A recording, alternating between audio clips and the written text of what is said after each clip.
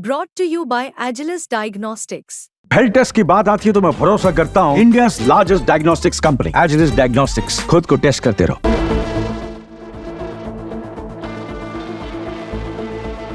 कहते हैं दूध का जला छाछ भी फूक फूक कर पीता है। भारत की कूटनीति इन दिनों मुश्किल दौर से गुजर रही।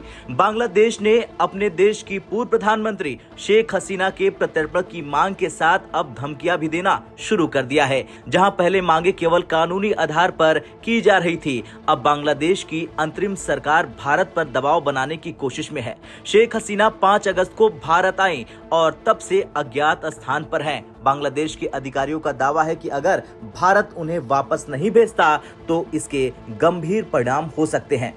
शेख हसीना जो बांग्लादेश की पूर्व प्रधानमंत्री हैं, अपने देश में चल रहे बड़े पैमाने पर सरकारी विरोधी प्रदर्शनों और कानूनी मसलों के चलते 5 अगस्त को भारत आ गई थी। वो दिल्ली के पास एक इंडियन एयरबेस पर उतरी और उसके बाद उन्हें एक अज्ञात स्थान पर ले जाया गया। अंतर्राष्ट्रीय अपराध न्यायाधिकरण ने हसीना के खिलाफ गिरफ्तारी वारंट जारी किया है और 18 नवंबर तक उन्हें और 45 सह आरोपियों को पेश करने का आदेश दिया है। इस आदेश के बाद बांग्लादेश की अंतरिम सरकार ने शेख हसीना के प्रत्यर्पण की मांग अब तेज कर दी है। जहां प्रत्यर्पण संधि के तहत बांग्लादेश शेख हसीना को वापस लाने की कानूनी प्रक्रिया में है, वहीं बांग्लादेश के अंतरिम सरकार के कानूनी सलाहकार आसिफ नजरुल ने यह कहकर विवाद और बढ़ा दिया कि अगर भारत ने शेख हसीना को वापस नहीं भेजा तो उनके देश की तरफ से कड़ा विरोध होगा। ये बयान तब सामने आया जब भारत और बांग्लादेश के रिश्ते कूटनीतिक दृष्टिकोण से महत्वपूर्ण है। बांग्लादेश के अंतर्राष्ट्रीय अपराध न्यायाधिकरण के आदेश के बाद ये मामला और भी संवेदनशील हो गया है। सवाल ये है कि क्या भारत को शेख हसीना को वापस भेज देना चाहिए या उन्हें शरण देनी चाहिए, खासकर तब जब बांग्लादेश की मौजूदा अंतरिम सरकार और विपक्षी दोनों ही उनके खिलाफ हैं। दरअसल भारत की कूटनीति के सामने एक कठिन चुनौती है। शेख हसीना लंबे समय से भारत की मित्र रही हैं और उनके कार्यकाल में दोनों देशों के बीच रिश्ते मजबूत हुए थे, लेकिन अब बांग्लादेश की मौजूदा अंतरिम सरकार और विपक्ष दोनों ही उनके प्रत्यर्पण की मांग तेजी से कर रहे हैं। वैसे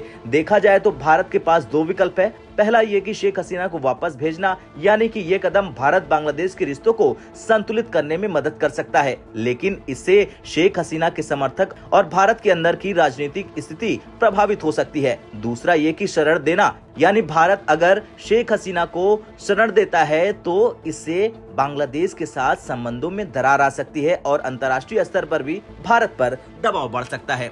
अब बांग्लादेश के अंदर सरकार विरोधी प्रदर्शनों ने राजनीतिक अस्थिरता पैदा कर दी है और हसीना के भारत में होने से विवाद और भी ज्यादा गहरा गया है। भारत और बांग्लादेश के बीच प्रत्यारोपण संधि पहले से मौजूद है, जिसके तहत एक देश दूसरे देश से अपने नागरिकों को कानूनी प्रक्रियाओं के तहत वापस बुला सकता है। इस संधि का उपयोग कर बांग्लादेश शेख हसीना को वापस लाने की कानूनी प्रक्रिया शुरू कर चुका है, लेकिन भारत के लिए ये मसला केवल कानूनी नहीं है, ये राजनीतिक और कूटनीतिक का मुद्दा भी है। शेख हसीना का प्रत्यर्पण भारत के लिए एक कठिन फैसला हो सकता है, क्योंकि इससे दोनों देशों के बीच तनाव बढ़ सकता है।